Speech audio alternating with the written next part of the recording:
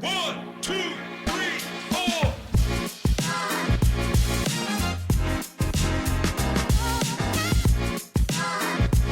Welcome to Captive Conversations. I'm your host, Adam from Captive Wi-Fi. Join us as we dive into behind-the-scenes stories of hospitality leaders exploring tech, operations, and marketing through the eyes of the experts. Let's get the inside scoop together.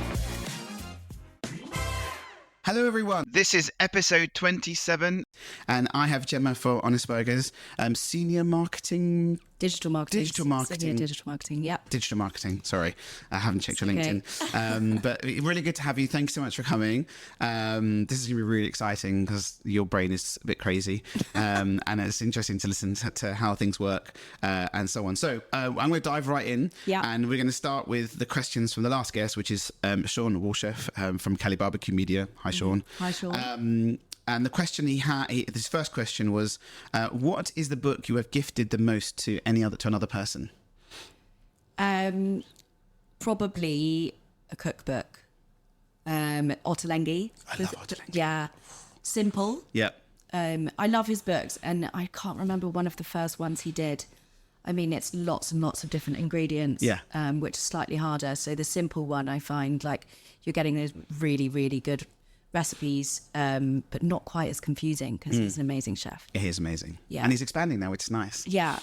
I've been to the one in Spitalfields, which is amazing.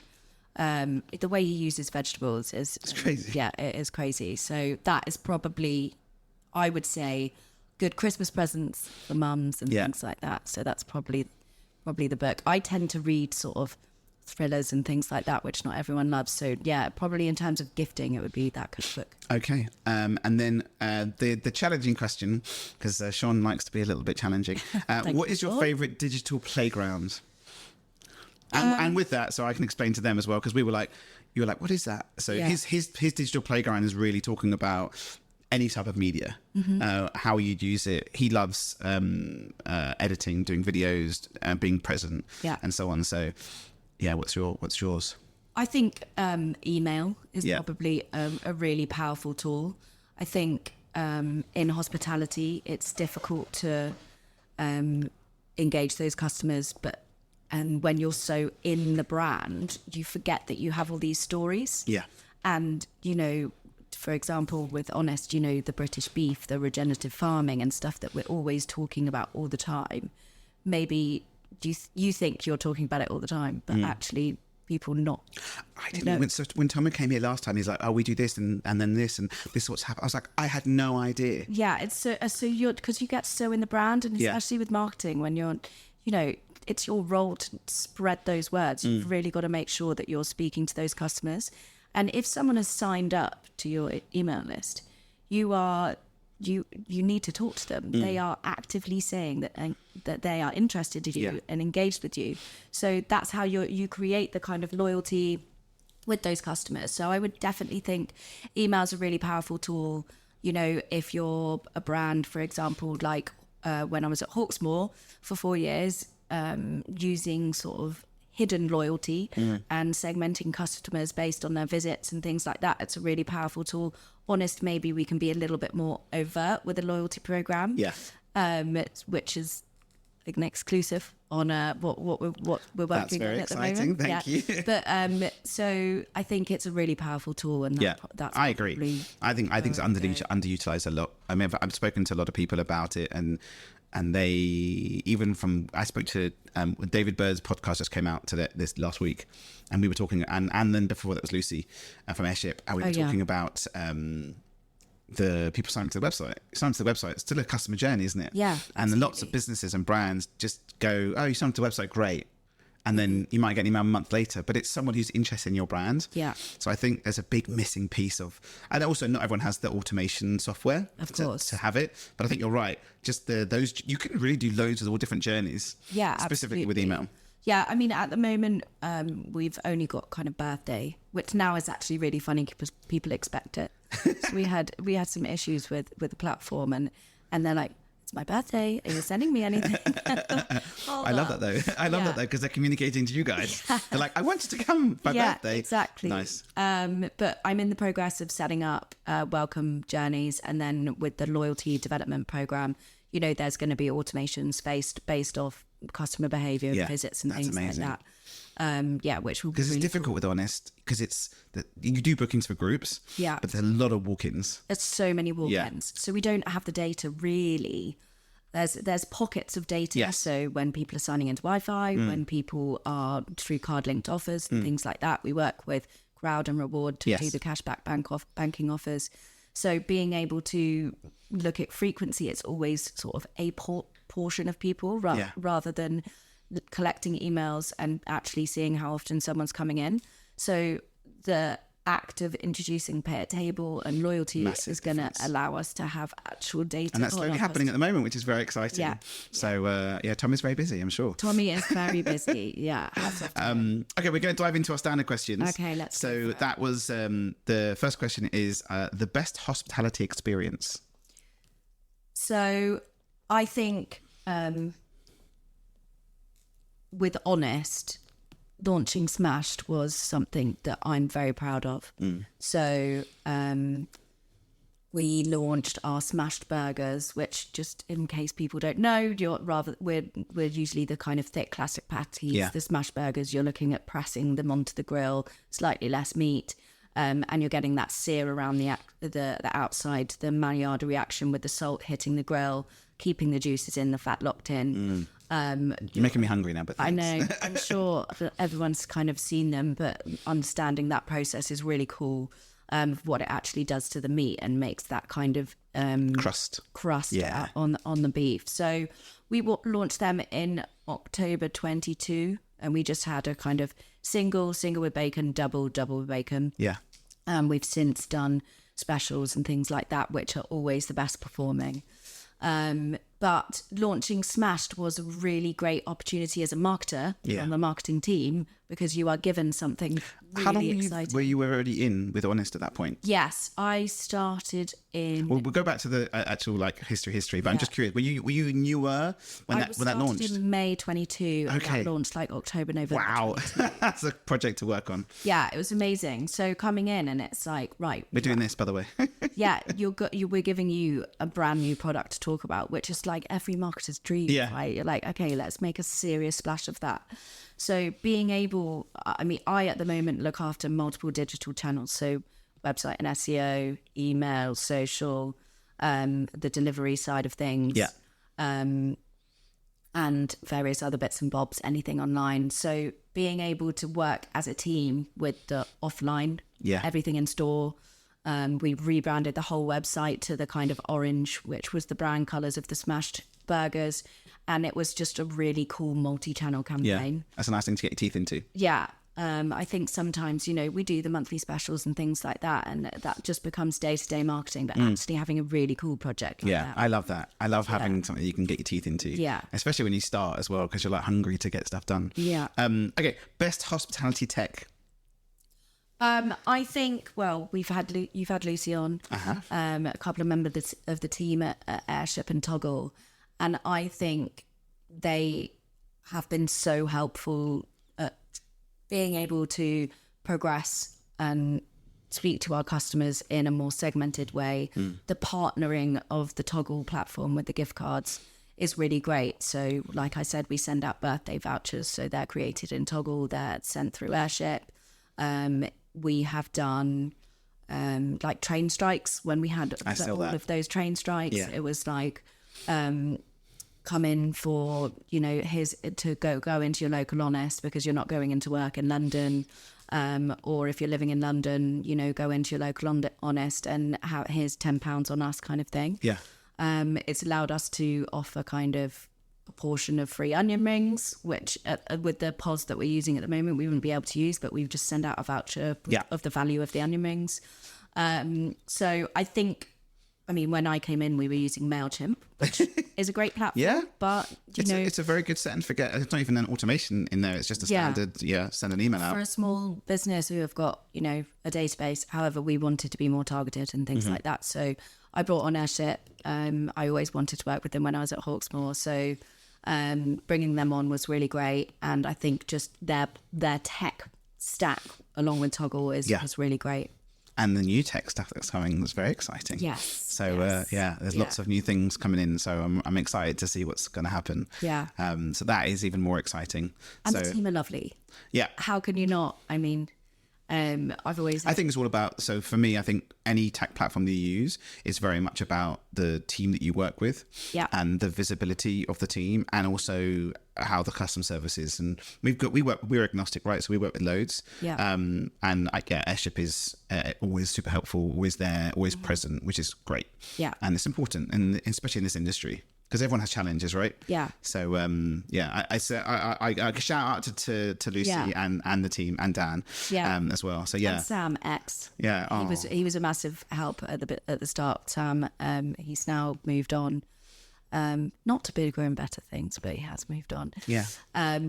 So shout out to Sam, Lucy, Dan, and all of them. Yeah. And the Lorna and Georgina, they're all really great. I think they're a great team. And the product's great. And I'm really excited to see what's coming. Yeah, because there's really loads of stuff coming. So and there's a need for it right now. So they're innovating, which is great. So and obviously you see them present on the WhatsApp group that all the marketers are on, which is nice. Yeah. So when someone has a question, it's like an immediate response. Yeah, absolutely. So that's good. Okay. We're going to go back in time. So let's go all the way back to the beginning. Where did marketing start? Where did it begin? Where did you work first? Like, let's go back to the beginning. My story. Yeah. So I went to Oxford University, graduated in 2016. And I just went with business and marketing. I was quite lucky that I knew that I wanted to go down the marketing route. I'd studied business at A-levels. So that's kind of where the marketing side came from. I did a internship after uni with an events company, because events was all kind of front of mind. They were really cool. They did a load of like bars at festivals, awesome. Weddings and things like that. So I don't know what they're doing at the moment, but yeah, every festival you went to, they were kind of running the bars. Nice. Hard work, but good. Did you end up running the bars as well, or not? Did No, they throw you behind? I got. I know I work in hospitality, but I'm extremely clumsy. I can't hold a tray. I've never been that good, but I can pour a pint. Okay, that's important. Yeah. But no, I was actually in charge at the Gotwood Festival of running around with all the cash. Yeah, great. So literally going around with a bodyguard in a backpack, collecting all the cash and then going back and counting it all. Not as much partying as I would have liked, but yeah, so they were a great company. And then as you do after university, you apply for anything and everything. And I applied for a marketing assistant role at Harvey Nichols. Okay. And I've never hugely been into fashion, but it kind of sounded interesting. And when I looked into it more, it was actually their restaurant in the Oxo Tower. Oh, awesome. Yeah, so they own... I didn't know that. Lots of people don't know. Ooh, secret info. Yeah, so they own the restaurant, bar and brasserie, which is the 8th floor. Yep. Love that. Love that place as well. Huge in the 90s. They still, and they're still an amazing restaurant. They've got absolutely beautiful views. So that was my first job. I think what in the interview I had to sort of go through the menu that had like deliberate typos and I love that. and spacing I would errors. so got that wrong. I would be like, that's amazing. So I started there.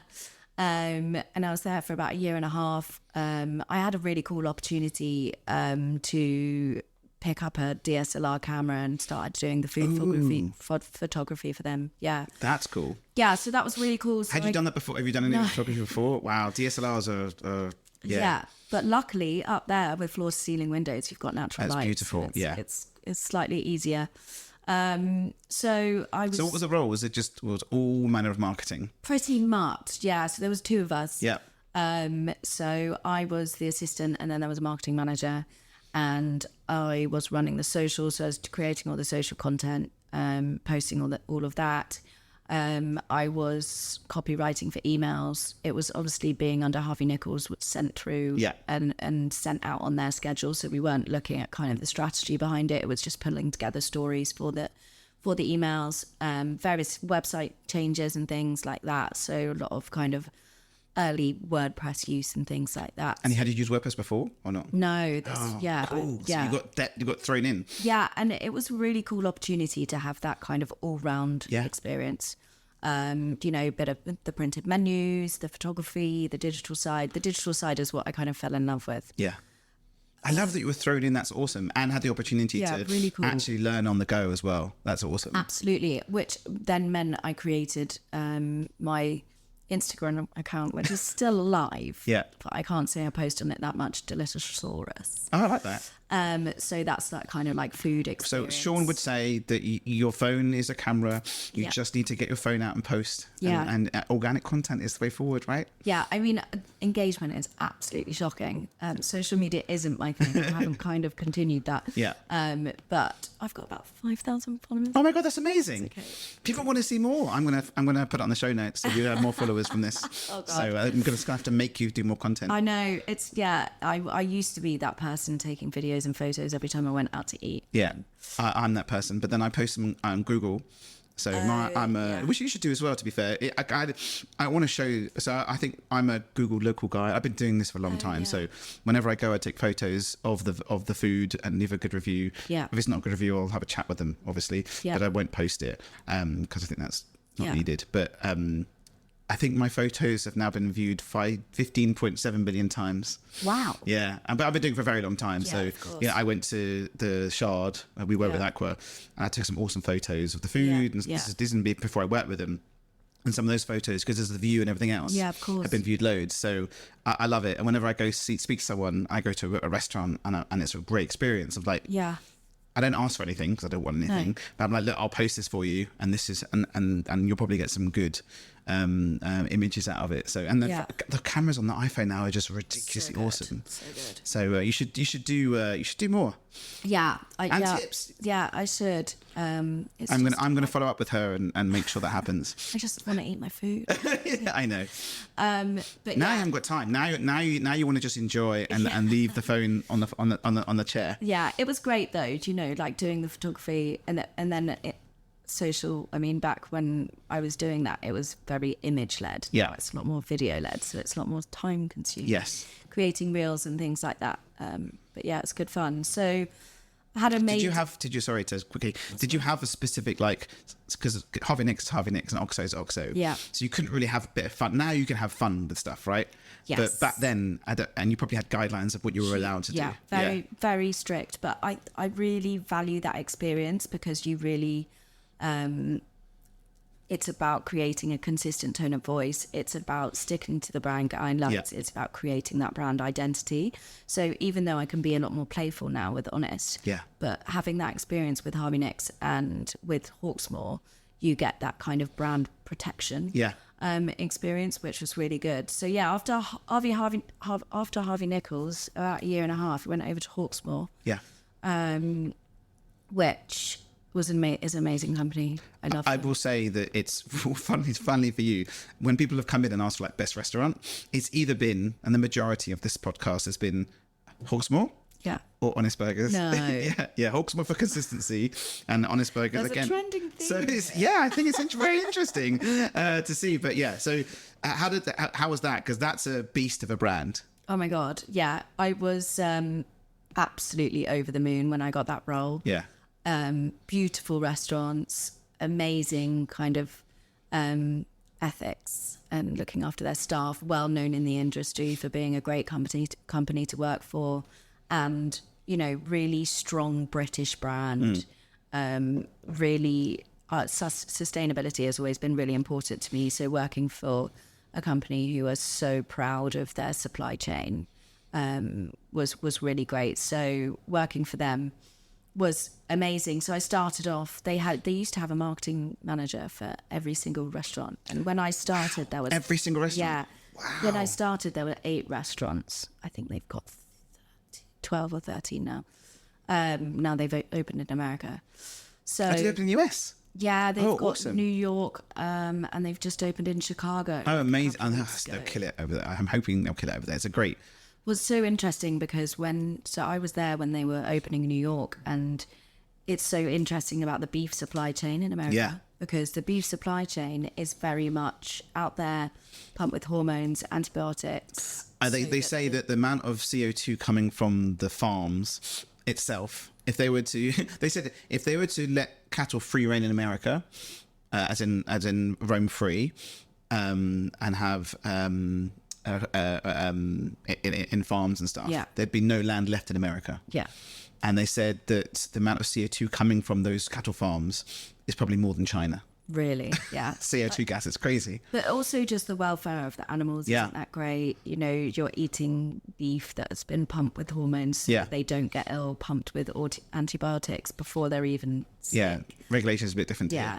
So that's extremely different to, you know, the grass-fed native breed cattle that Hawksmoor are used in the UK. So they were going out, Will and Hugh, who the founders, going out to the ranches and visiting the farmers. And these guys were like, why are you coming? Who are you? Yeah. And they're like, we want to know where our beef's coming from. We want to know where the cattle, you know, how the cattle are looked after. So it's very different. I don't think there was worry, but it was very interesting on how like Americans would adapt it, but they're doing great. So yeah. And I think nowadays people want to know the source. Absolutely. In the past, it wasn't really... Fast food is different, but if you go into a restaurant and you can trace the source... Because I don't know about... Actually, I will ask the guys in the US that we work with if there's many restaurants that actually show the source of where things are coming from. But that's important to the brand, right, as well. Absolutely. Yeah, so I was marketing manager for Knightsbridge. Yeah. And then after 6 months, the role for digital marketing manager for the whole group came up. And I was doing... what I loved it because I'm a people person. It's interesting, but the digital and the numbers and the data is what keeps me interested. Yeah, you're a data person. Yeah, I'm a data person. So I was doing what I would call fluffy marketing. So I was, you know, going out in the local businesses, speaking with estate agents to talk about new residences and doing offers for people like with who are buying houses or renting, speaking to local businesses, PAs and things like that, which was great. But there was that feels a bit more community-led marketing, like community marketing rather than marketing. Local marketing. Yeah, local marketing. Yeah. So I got the role. They kind of gave me the punt really to take over the digital for the group, and that's going from one restaurant to lots. 8. Yeah. After 6 months, and only really being a marketing assistant in digital. So Rosie, who was the head of marketing then, like gave me that chance, and I'm forever grateful to her because I learned so much over those 4 years working there. I was really kind of able to take on that role as understanding digital, making it into what we wanted to make it into, and it was a time where the business were really interested in investing in digital. Yeah, and what year was that when you what year did you start at Honest? Sorry, not Honest, at Hawksmoor. Oh my god, you're testing my brain now. 2018. Okay, and you were there for 4 years. Yeah. So through the code. Yeah, I mean, that was difficult. Yeah. Really difficult. Yeah, it was a serious challenge. We brought out the meal boxes. They were amazing. Yeah. So that we pivoted. I have to say the retail side as well. We just did a barbecue 2 weeks ago, and my wife ordered a bone in. From it was because they sell them through Waitrose. Yeah, it was really awesome. Yeah, they are. I cooked it well, but that's nice to see as well. That's the pressure, isn't it? You get this amazing piece of meat, which isn't necessarily that cheap, and then people will just ruin it and leave it cooked and cooking. We had people complain that they burnt their steak or whatever. It's like you've bought the meal kit, we've given you. Where's the YouTube video of how to cook it? There was. Was there? Yes. Yeah, filmed all the YouTube videos. It was a really fun project to work on. You were saying you went to paid media. Yeah. So I will say, talking to a lot of people here who are either watching or listening, I think a lot of people are terrified of paid media. I've had clients from us in the past that have called me just for basic advice and say, I've had a guy that's come in that's charged me $5,000 and I don't know where, I've not seen any sales difference, and they're showing me figures and I'm seeing reports, and everyone's just like terrified. Yeah. So that's... I would I've always loved paid media. I think everyone's so scared of it, but it's completely self-taught I've actually just taken all the paid media in-house at Honest. So we're looking at kind of getting people create the content, but me running the ads.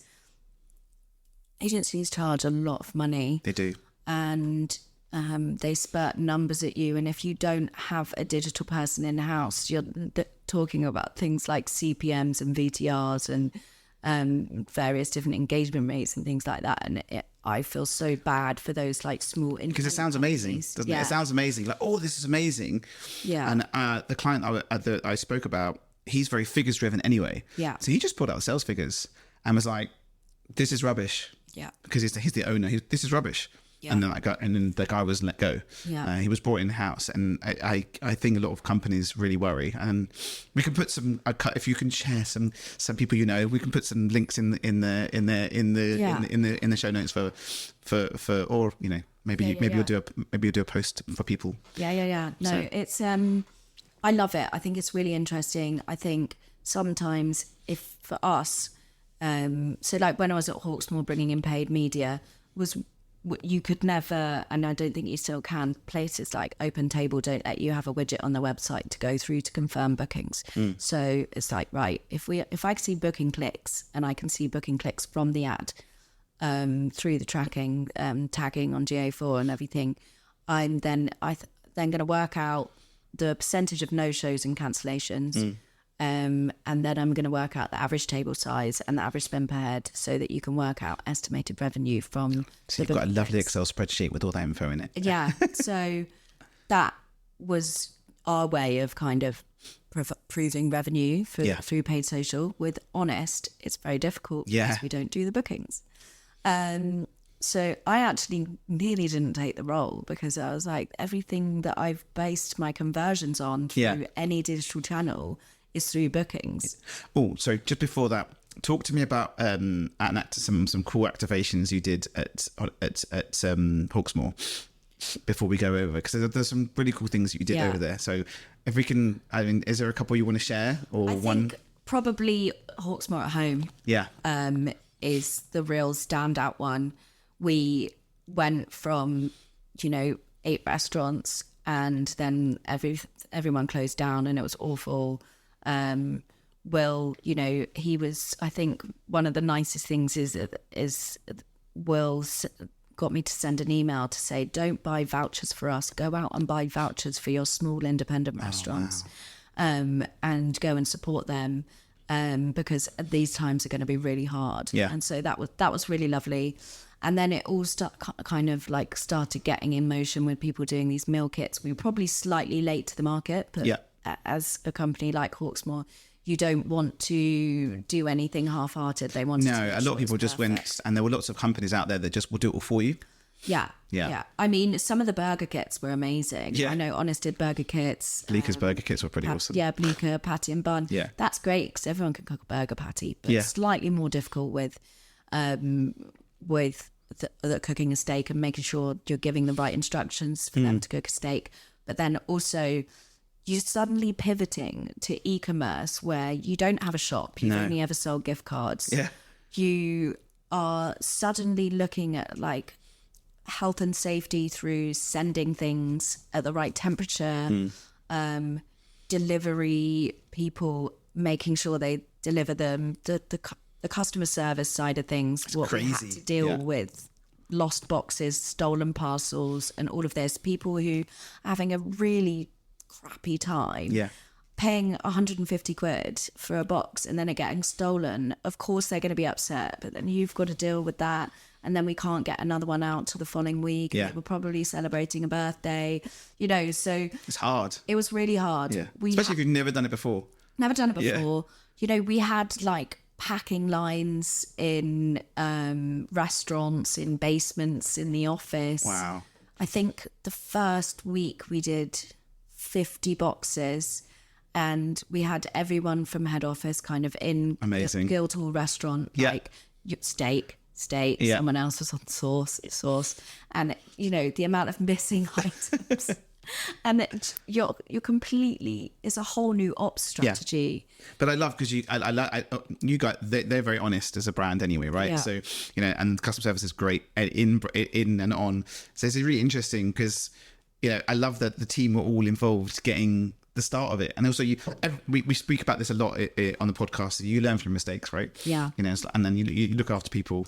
And I love that the head office team were all there, like packing and putting this and doing that. I think that's awesome. Yeah, we were doing the cocktails at home as well. So you could get like Negronis, I think martinis. And I think what we had to work out that on the spreadsheet to pull all the orders, which sounds so easy, but it was an absolute nightmare.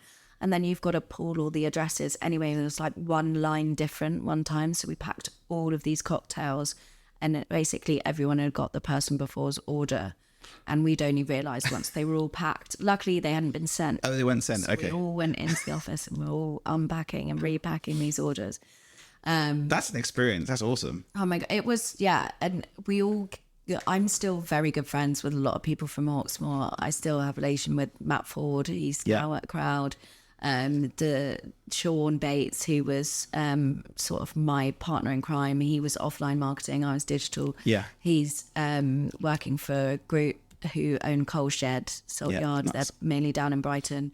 And then the design team, Lucinda and May and Liam, the bar team. So I'm still really close with them, nice. And it's probably because of that awful home experience. It brought you together. Yeah, but it not only was it kind of new ops strategy, I had to completely pivot to e-commerce. Yeah. And I worked with a agency called Ignite, who is so lovely, and they helped us kind of build a whole platform. Yeah. Amazing. So we had to have, select delivery dates, select what box you want, and the complications behind that of something that I'd never done before. Yeah. I'm very thankful for, because that was like building a website from scratch. Yeah, it's learning. It's really great. It was really throwing great. you into it. So it seems like most of your career, this has been awesome. They're just throwing you into stuff. They're like, we like Gemma. She can do that. She'll be all right. Let's just throw her into this. Yeah. Do you know what I mean? That's awesome. That's great. It's all about learning. I would much rather that than just do day to day. Yeah. Give me challenges. So yeah, the Hawksmoor was really good fun. So then the transition to Honest. Yeah. And then from Honest to... what did you start with on it, Honest? Did you start at the same role you're at now? Or so I got a promotion this year with a senior role, but yeah, it's very much been the same role. It's and you said going from there, changing that aspect because you don't know the tracking. Yes. So what was that like, going, show me the data, show me your data? Yeah, well, the data doesn't exist, Honest. I mean, data rarely exists in hospitality, really. Yeah. So naughty restaurants, because they need to have data. I know. There's lots of touch points, and you're right, there is not enough, and we need to tell people. You could look at the camera and tell people to use data more. Yeah, definitely collecting emails, understanding what people are buying, how often they're coming, what they're spending. A family coming in versus a group of young professionals are going to have a completely different experience. Yeah. And if you're going to all talk to them in exactly the same way, you're not going to convert them. No. You're not going to create them. It's no longer the one voice.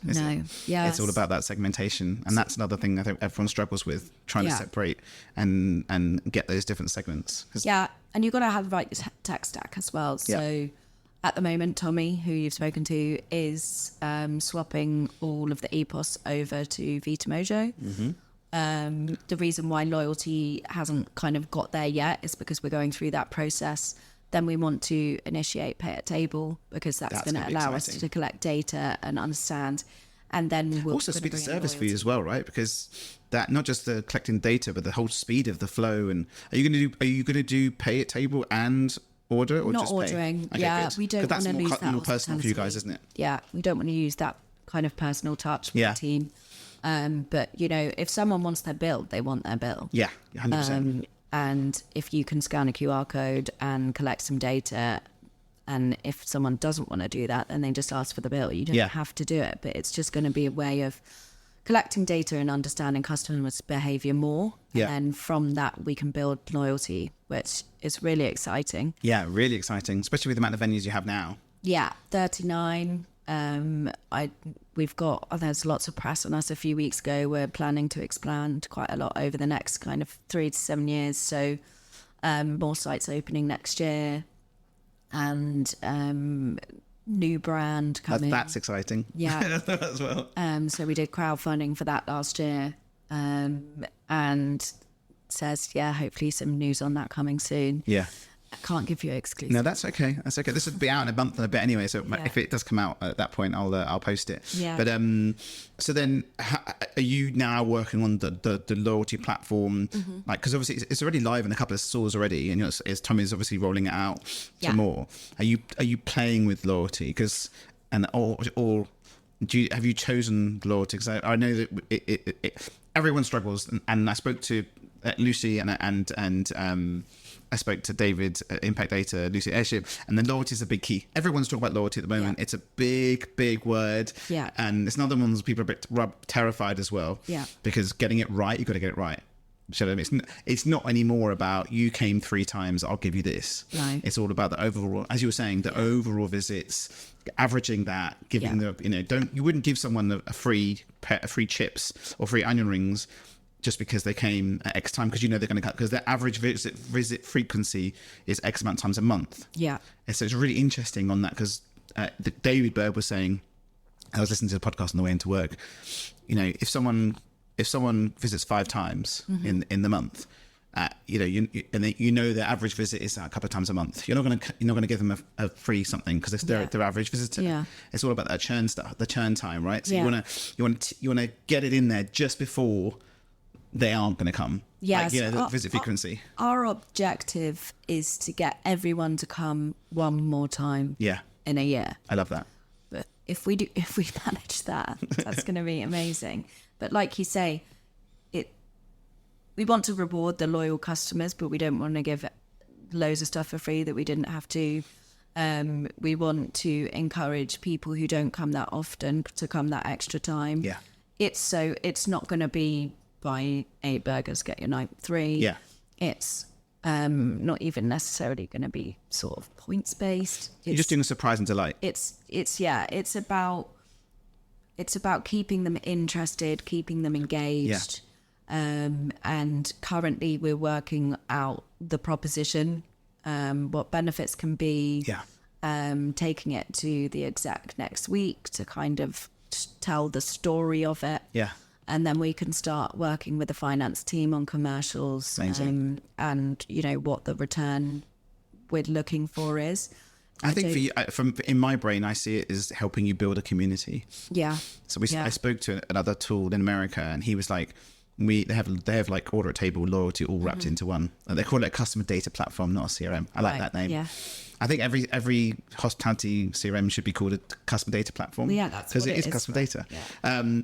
He was saying that it's all about building the community. So whether you have an app, whether you have a wallet, whether you have someone booking or buying online, it's about wrapping that into building a community. Yeah. And I think that's something that Honest is very much, because it's all community led anyway. Yeah, exactly. So I think that's really exciting to see the possibilities of what can be done. Yeah, it is. It is going to be really cool. It's been a long time in the making. So I'm ready. Yeah, I've been ready. I've been itching. Cracking that whip. Yeah. Well, listen, you have the tools now. So now you have the tools to use at your disposal. Yeah.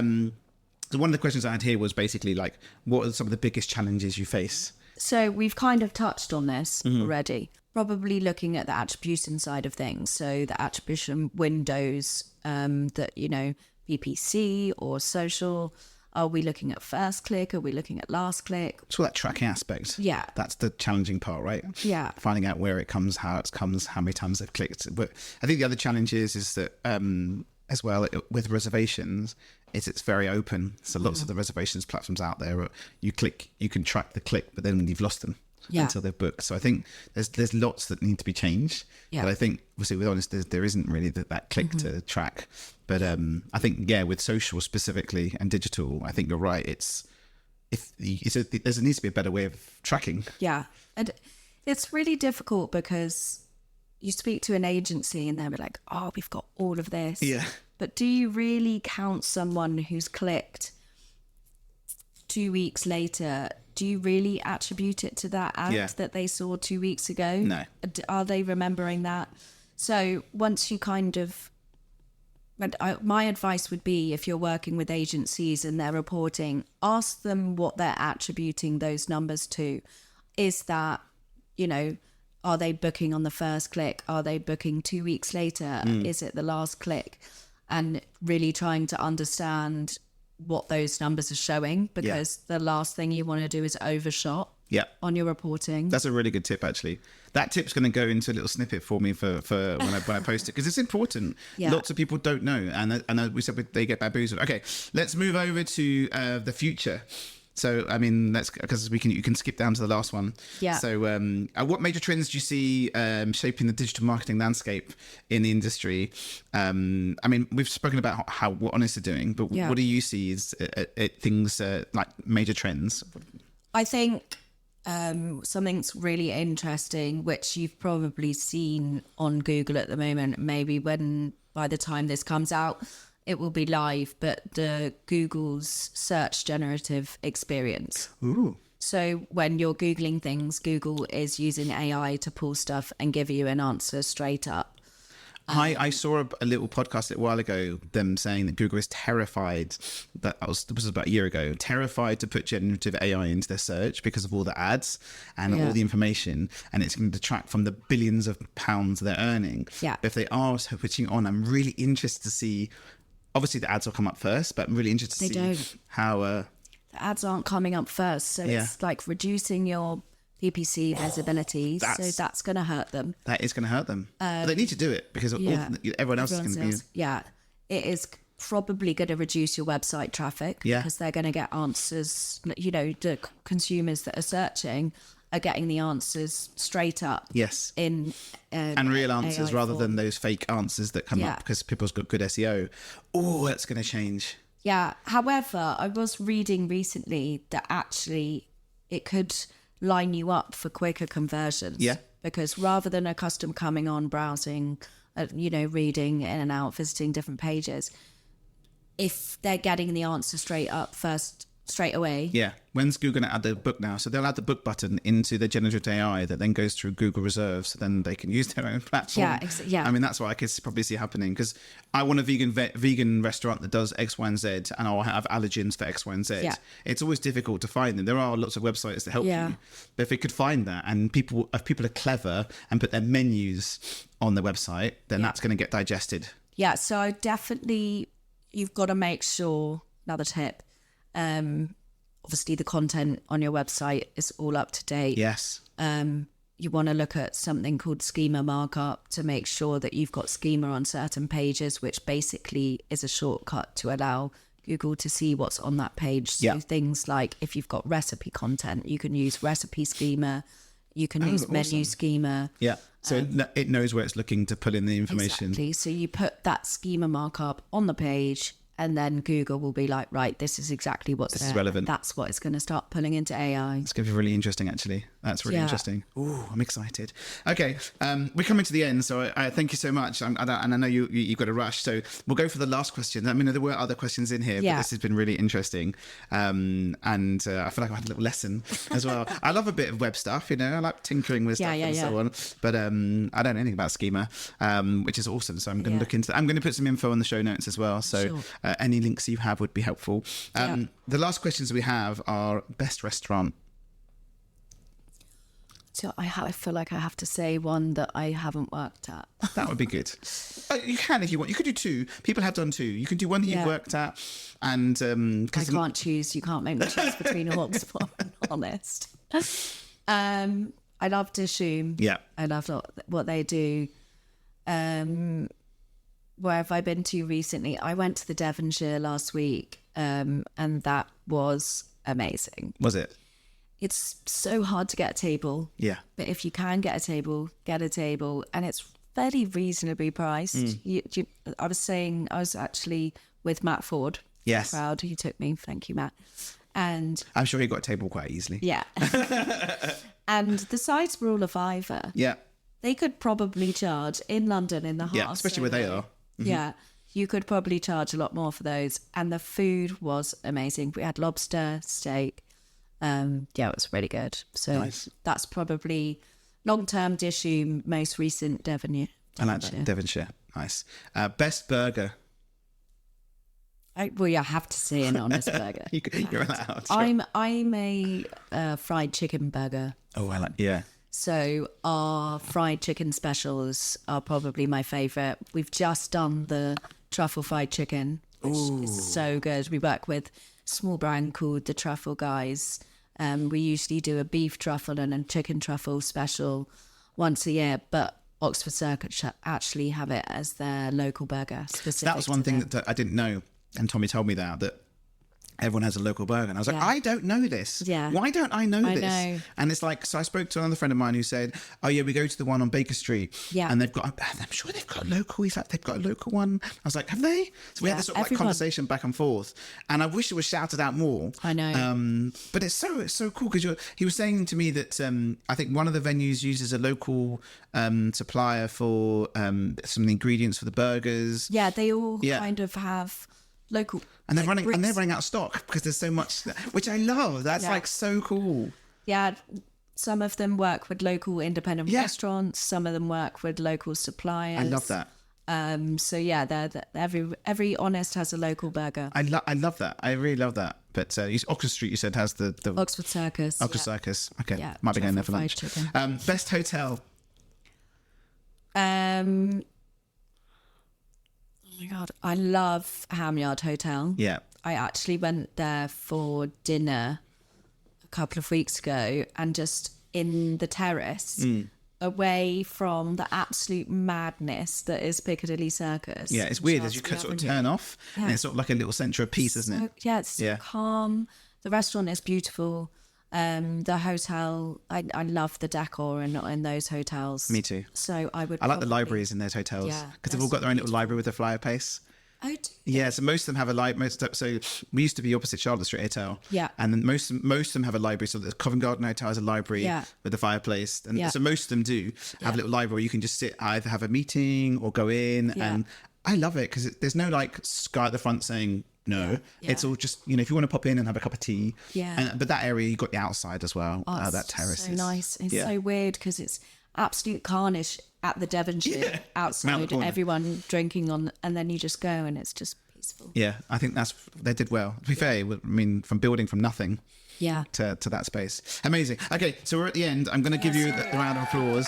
Thank you. But we have 2 questions for the next guest.